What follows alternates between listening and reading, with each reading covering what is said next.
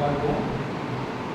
பாட்டு புக்கில் பெரிய பாடல் புத்தகத்தில் 84ஆம் பாடல், இளைப்பாறுதல் ஈந்தீரும் நாடு, இன்ப இயேசுவின் மோட்ச வீடு.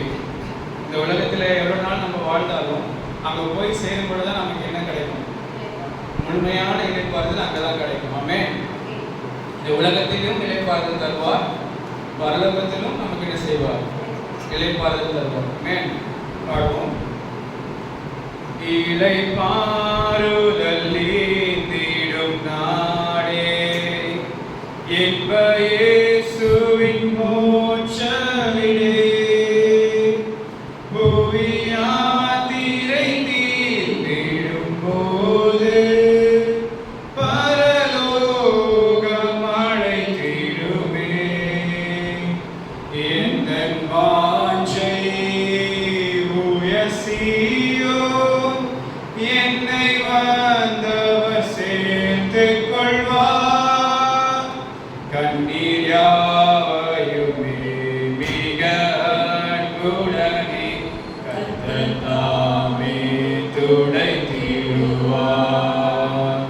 கண்ணீர் யாவையுமே மிக அன்புடனே கர்த்தர் தாமே துடைத்திடுவார்.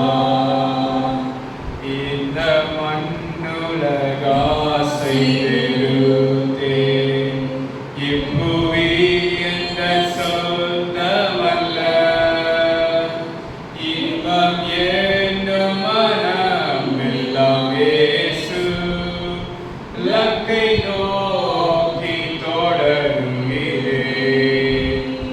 எந்தன் வாஞ்சை உயர்சியோன், என்னை வந்தவர் சேர்த்துக் கொள்வார். கண்ணீர் யாவையுமே மிக அன்புடனே கர்த்தர் தாமே துடைத்திடுவார். நம் முன்னோர் பழைய கரை மீதே நமக்காகவே காத்திருக்க, விண்ணில் ஜீவநதி கரையோரம் வேகம் நானும் சேர்ந்து கொள்வேன். எந்தன் வாஞ்சை உயர்சியோன், என்னை வந்தவர் சேர்த்துக் கொள்வார். கண்ணீர் யாவையுமே மிக அன்புடனே கர்த்தர் தாமே துடைத்திடுவார். அற்பமான சரீரம் அழிந்தே அடைவேன் மறுரூபமாக. புதுநாகம் குரலொலியோடே புது பாட்டு பாடிடுவேன். எந்தன் வாஞ்சை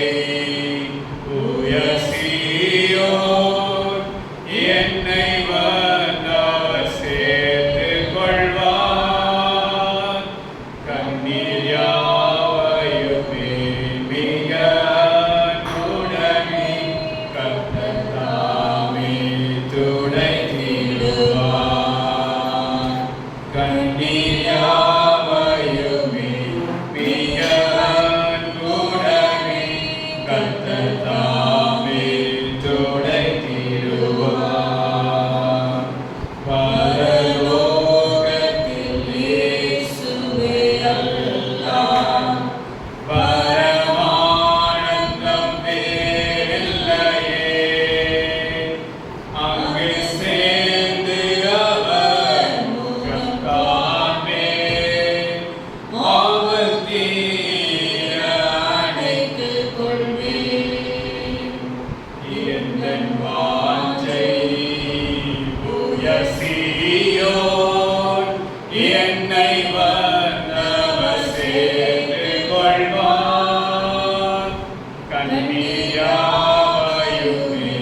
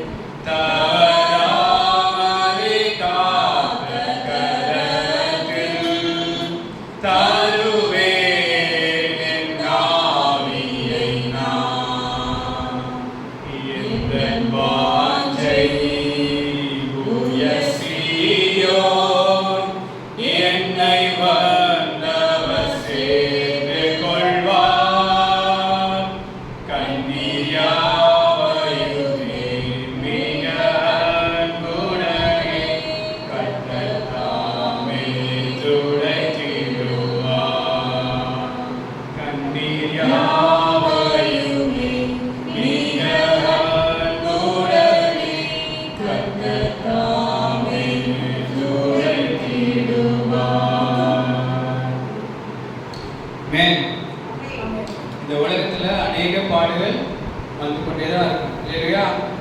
ஆயினும் அது எல்லாவற்றையும் நாம் மேற்கொண்டு பரலோகம் செல்வதற்கு கர்த்தர் நமக்கு விளக்குவார்.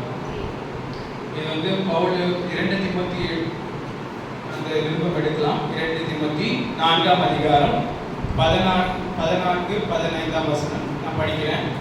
கண்ணானாகிய அலெக்சாண்டர் எனக்கு வெகு தீமை செய்தான்.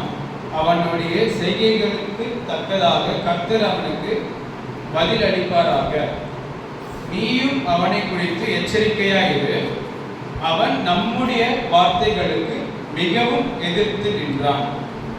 இதில் பவுல் பார்க்கிறோம், அவர் உலகத்தில் அவருக்கு இருக்கிற போராட்டத்தை மறைக்கிறது இல்லையா? அவருக்கு கண்ணானாகிய அலெக்சாண்டர் இடத்துல வெகு தீமை வந்தது அவருக்கு. அப்போ அந்த போராட்டங்கள் வர்றது உண்மைதான். ஆனால் அதற்கு அவர் எவ்வாறு அவர் தன்னுடைய ரியாக்ஷன் எப்படி இருக்குது என்று பார்க்கணும். How he reacts. நமக்கு உலகத்தில் போராட்டம் வரும், ஆனால் நாம் அதற்கு எவ்வாறு பதிலளிக்கிறோம் என்பதில் தான் நம்மளுடைய தன்மை அடங்கியிருக்கு. அவர் என்ன சொல்றாருன்னா, அதுக்காக நீதி இல்லை நியாயம் இல்லை என்று சொல்லாமல் அவனுடைய செய்கைக்கு தக்கதாக கர்த்தர் அவனுக்கு பதில் அளிப்பாராக. இல்லையா? இதான் வெளிப்படுத்தலி பார்க்கிறோம். கர்த்தர் அவனவன் செய்கைக்கு தக்க அவனுக்கு பதில் அளிப்பார். ஆகிலும் அதுக்கு அடுத்த ஒரு ஞானத்தை பார்க்கிறோம். 15ஆம் வசனம், நீயும் அவனை குறித்து எச்சரிக்கையாயிரு. அவன் நம்முடைய வார்த்தைகளுக்கு மிகவும் எதிர்த்து நின்றான். இல்லையா? அப்ப இதுல என்ன தெரியுது? அடுத்த தலைமுறைக்கு என்ன செய்கிறார் இந்த பவுல்? ஒரு எச்சரிக்கையை வைத்து விட்டு போகிறார். அதாவது அவருக்கு வந்த போராட்டத்துல தீமோத்தேயுக்கு அவருடைய எக்ஸ்பீரியன்ஸ் மூலமா ஒரு கிருபை கிடைக்க வேண்டும், எச்சரிப்பு கொடுக்க வேண்டும் என்ற ஒரு எண்ணத்தோடு அந்த எச்சரிப்பை கொடுத்து விட்டு போகிறார். அதான் நம்ம பார்க்கிறோம். நீயும் அவனை குறித்து எச்சரிக்கையா இரு. நாம் இப்பொழுதும் பார்க்க அந்த உலகத்துல நம்ம என்ன செய்து கொண்டிருக்கிறோம் என்றால், எந்த மதத்தை வேணாலும் எந்த தெய்வத்தை வேணாலும் இந்த உலகத்தில் இருக்கிற வாழ்கிற நாட்கள்ல எதை வேணா செய்து செய்யலாம். ஆனா அது எந்த கனியை கொண்டு வரும் என்று எச்சரிக்க வேண்டும். இந்த உலகத்துல நாம் எதை விசுவாசிக்கிறோமோ அதுக்கேற்றபடி தான் நம்மளோட கிரியைகள் எப்படி இருக்கும், அதுக்கேற்றபடி தான் கிரியைகள் இருக்கும். அப்போ நன்மையானதை விசுவாசிக்க மாட்டால் நன்மையான கிரியைகள் கொண்டு வரும் இல்லையா? அப்போ you must be always warning the younger generation. அடுத்த தலைமுறைக்கு எப்பொழுதும் எச்சரிப்பையை வைத்து செல்வதாக இருக்க வேண்டும். அதனால தான் சிறு வயது முதல் கர்த்தரை தேடுவது மிகப்பெரிய கிருபை. ஆமென். பிள்ளைகளை எப்பொழுதும் கர்த்தருக்குள்ளே வளர்க்க வேண்டும். அதனால தான் பவுல் சொல்றாரு, பிள்ளைகளே உங்கள் பெற்றோருக்கு கீழ்ப்படியுங்கள். ஏன்னா உங்கள் பெற்றோருக்கு கர்த்தருக்குள்ள இருந்தாங்கன்னா கீழ்ப்படியுங்கள். ஆமென். தேவாலயம் அந்த பாட்டு பாடலாம். மகிழ்ச்சி பொங்க பாடிடுவேன். பெரிய பாடல் புத்தகத்தில் 234 சாங் நம்பர் 234. மகிழ்ச்சி பொங்க பாடிடுவேன். மகிழ்ச்சி பொங்க பாடிடுவேன், மகிபரே உம்மை துதித்திடுவேன். துதிகன மகிமைக்கு பாத்திர நீரே, துதி நாளும் மழையம் நிரப்பிடுவேன். துதிகன மகிமைக்கு பாத்திர நீரே, துதி நாளும் மழையம் நிரப்பிடுவேன். உயிருள்ளவரை உம்மை துதிப்பேன், உயர்வு தாழ்விலும் உம்மில் மகிழ்வேன். உயிருள்ளவரை உம்மை துதிப்பேன்,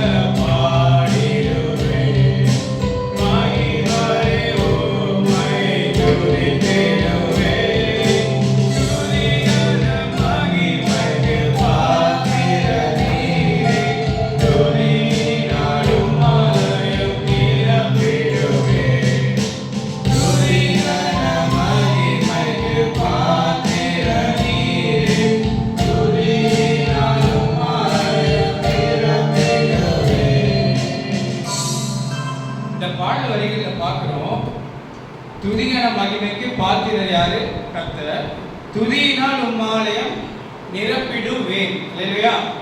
அப்போ வந்து துதி எங்கேருந்து வருது? நம்ம கிட்டே தான் வருது. இல்லையா? அந்த துதி வந்துட்டு நமக்குள்ளேருந்து வந்து தான் இந்த ஆலயத்தை நிரப்பணும். இதான் இந்த பாடல பார்க்கிறோம். அதாவது கர்த்தர் நமக்கு எத்தனையோ நன்மை செய்திருக்கிறார். ஆனால் ஃபைனலி இந்த துதி எங்கேருந்து கொடுக்குறோம்? நம்ம தான் கொடுக்கணும். இதை கர்த்தர் நம்ம இடத்துல எதிர்பார்க்கிறார். சாத்தான் வந்து என்ன சொன்னா, இயேசு சோதனையாக கொடுத்தா என்றால், என்னை வணங்கு, இந்த உலகத்துக்கு அனைத்து காரியத்தையும் உனக்கு கொடுக்குறேன் அப்படின்னு சொன்னான். அனைத்து மகிமையை ராஜ்யத்தையும் உனக்கு கொடுக்குறேன்னு சொன்னான். அப்போ இயேசு சொன்ன வார்த்தை என்னன்னா, அப்பாலே போ சாத்தானே, தேவனை அல்லாமல் வேற எதுவும் வணங்கக்கூடாது. அதாவது சொல்லி சொன்னார், thou shalt worship the Lord your God. தேவனை மாத்திரம் தொழுது அவரை சேவிப்பாயாக. அப்போ அந்த துதியை வந்து நாம தான் கொடுக்கணும். இப்போ பாடுவோம். மூன்றாவது இஸ்ரவேலின் துதி வாசஸ்தலமே. இஸ்ரவேலின் துதி வாசஸ்தலமே, இரவும் பகலும் ஓயாது துதிப்பேன். இஸ்ரவேலின் துதி வாசஸ்தலமே, இரவும் பகலும் ஓயாது துதிப்பேன். சேனைகளின் தேவன் பரிசுத்தரே, சேதமில்லா நாமவர் நீதானே.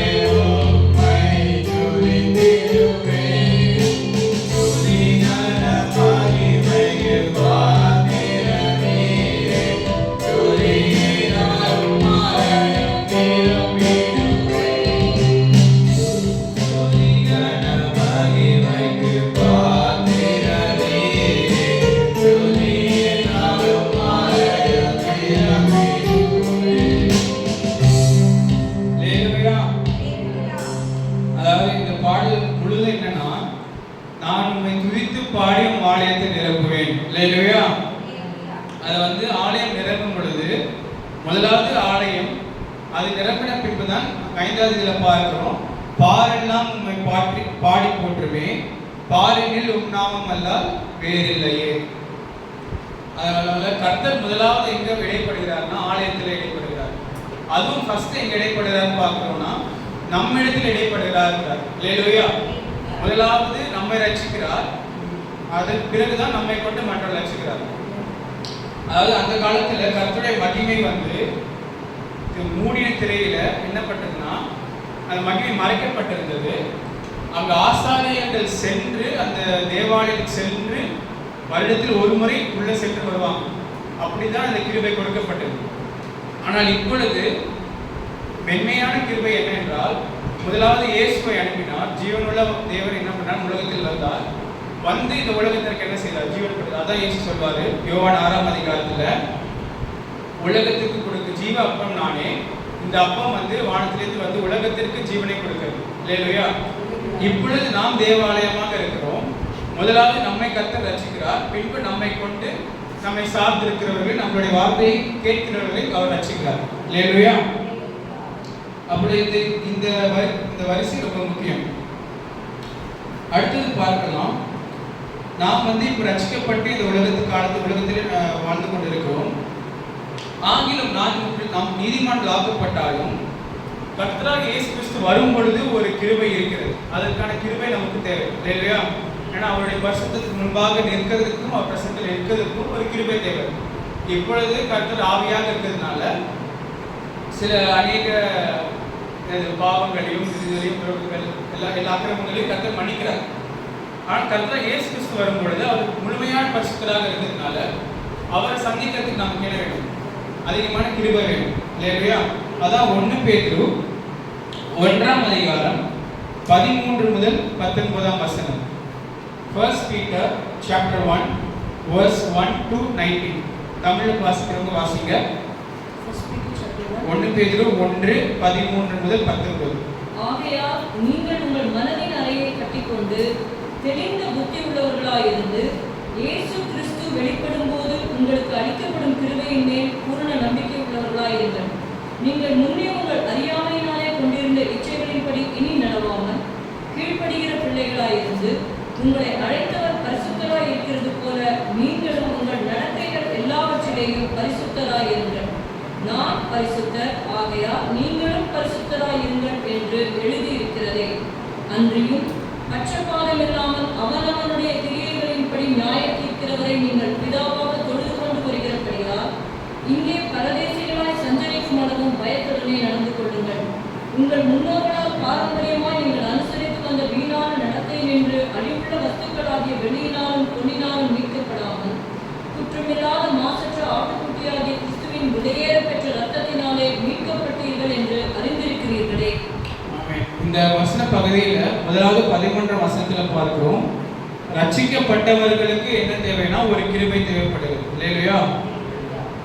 அதாவது உங்களுக்கு அளிக்கப்படும் கிருபையின் மேல் பூரண நம்பிக்கை உள்ளவர்களாய் இருங்கள். ஆமென். இயேசு விசுவாசித்த யாவருக்கும் அவர் வருகையில ஒரு கிருபை அளிக்கப்படும்.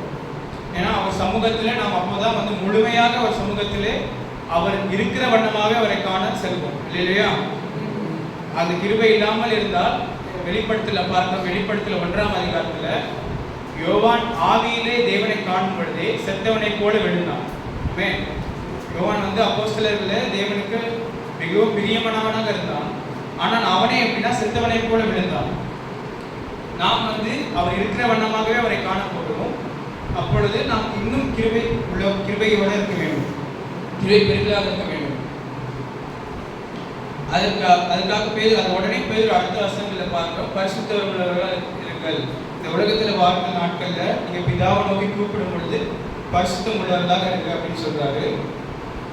அது மாத்திரமல்ல, ரொம்ப முக்கியமான காரியம் 18-19, உங்கள் முன்னோர்களால் பாரம்பரியமாய் நீங்கள் அனுசரித்து வந்த வீணான நடத்தையில் நின்று அழிவுள்ள வஸ்துக்களாகிய வெள்ளியினாலும் பொன்னினாலும் மீட்கப்படாமல் குற்றமில்லாத மாசற்ற ஆட்டுக்குட்டி ஆகிய கிறிஸ்துவின் விலையேற பெற்ற இரத்தத்தினாலே மீட்கப்பட்டீர்கள் என்று அறிந்திருக்கிறீர்களே.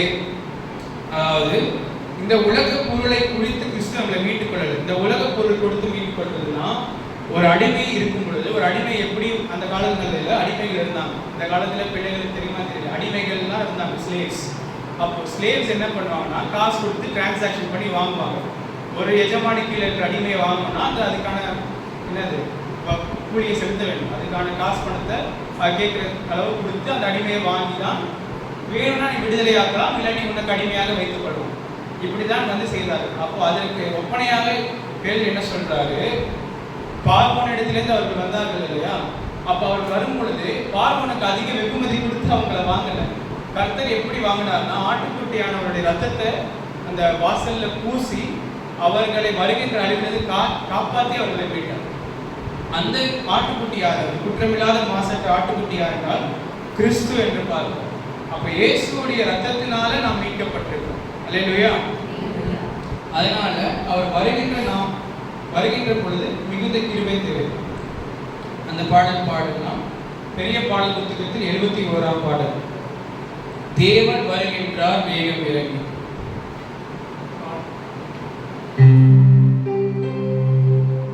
தேவன் வருகின்றார் வேகம் இறங்கி, தேவ மன்னன் தப்பாத நிறுத்தி, தேவன் வருகின்றார் வேகம் இறங்கி, தேவ மன்னன் தப்பாத நிறுத்தி, பூமி நகை நியாயம் தீர்த்திடுவார், பூலோக மக்களும் கண்டிடுவார், பூமி நகை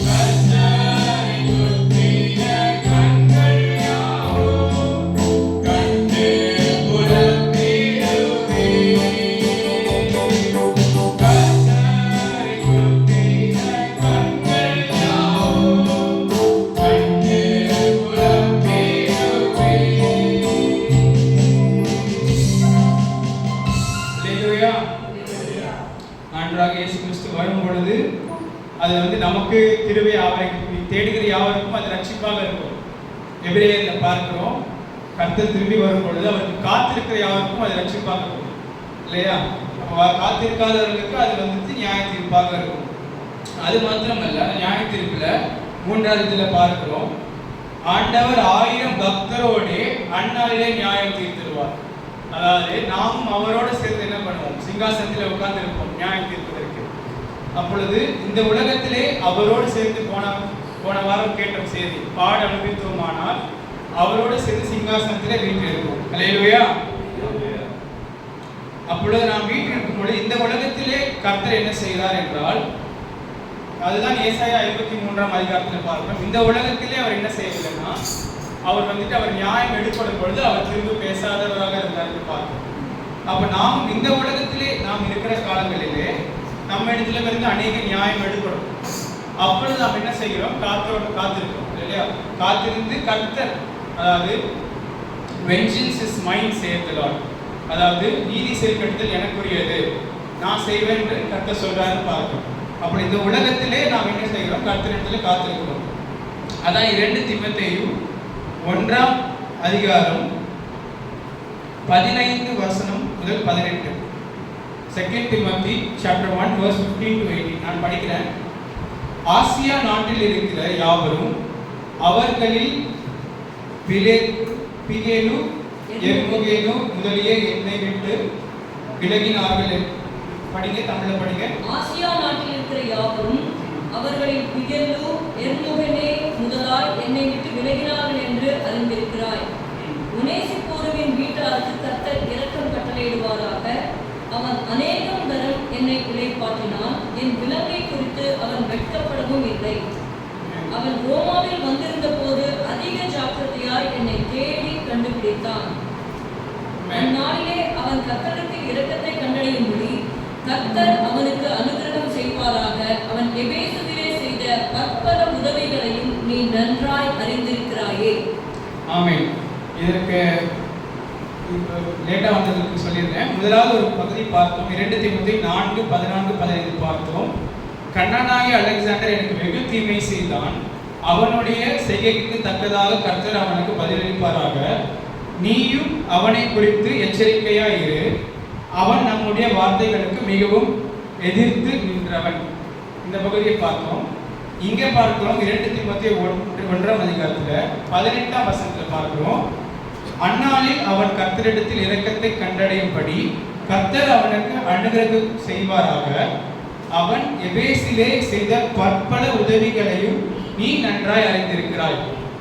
ஸோ பவுலுடைய வாழ்க்கையில பார்க்கிறோம், அவர் என்ன செய்யறாருன்னா, அவருக்கு உலகத்திலே போராட்டம் வந்தது. போராட்டம் வந்த பொழுது அவர் என்ன செய்யறாரு, அந்த போராட்டத்துக்கு நியாய தீர்ப்பு செய்யலை. கண்ணனாகிய அலெக்சாண்டர் அவருக்கு மிகுதியும் செய்த பொழுதும் கர்த்தர் அதற்கு சரி கட்டுவாராக விட்டுட்டாரு. ஆனாலும் தீமோத்தேயுக்கு அவர் என்ன சொல்றாருன்னா, நீ அவனை குறித்து எச்சரிக்கையா இரு என்று ஒரு எச்சரிப்பின் வார்த்தையை கொடுத்துட்டு போறாரு. ஒரு தீமோத்தேயுக்கு ஒரு தகப்பன் ஸ்தானத்துக்கு எச்சரிப்பு வார்த்தையை கொடுத்துட்டு போறாரு. அதே அதிகாரம் 2 தீமோத்தேயு 1ஆம் அதிகாரம் 15 18 பார்க்கிறோம்.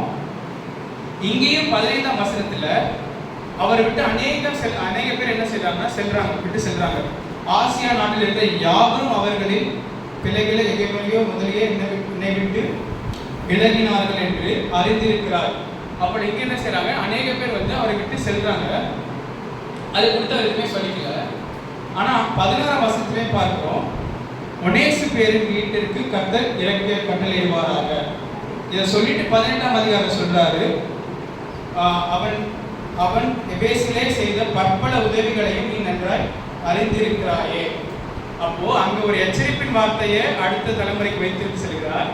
இங்கேயும் என்ன வைத்திருத்து செல்கிறார்னா, அவன் நமக்கு உதவி செய்திருக்கிறான் அறிந்திருக்கிறாருன்னு ஒரு நல்வார்த்தையும் என்ன செய்து பார்க்கிறாரு, வச்சுட்டு போறாரு. அப்ப இப்படிதான் நம்மளும் எப்படி இருக்க வேணும்னா, இந்த உலகத்துல நாம் கற்றுக்கொள்கிற எக்ஸ்பீரியன்ஸ் எல்லாத்துலயும் நம்ம வர அடுத்த தலைமுறைக்கு இயேசுவை குறித்தும் சரி, மற்ற ஜனங்களை குறித்தும் சரி, நமக்கு ஆதரவாக இருந்தவர்களுக்கு நமக்கு என்ன சொல்லணும்னா, இப்படி இருப்பாங்க, இவர்கள் எனக்கு உதவி செய்தார்கள், உனக்கு உதவி செய்வாங்க அப்படின்னு அந்த இதை வைத்து போனாங்க. ஆனால் அதே மாதிரி நமக்கு யாரும் தீங்கு செய்கிறார்களோ அவர்களை நாம் ஞாபகம் தீர்க்கக்கூடாது. ஆனால் அடுத்த தலைமுறைக்கு ஒரு எச்சரிக்கை கொடுத்துட்டு போகணும். நீ நீ எச்சரிக்கையா இரு, அவனை வந்து எச்சரிப்போடு நடந்து கொள்ள அவனிடத்துல அப்படின்றத பார்க்கணும். அல்லேலூயா. இது கர்த்தருடைய வார்த்தையாக இருக்குது. ஆமென். கடைசியாக ஒரு பாடல் பாடுவோம். யூத ராஜசிங்கம் உயிர்த்தெழுந்தார். அந்த பாடல் பாடலாம். 366 பெரிய பாடல்.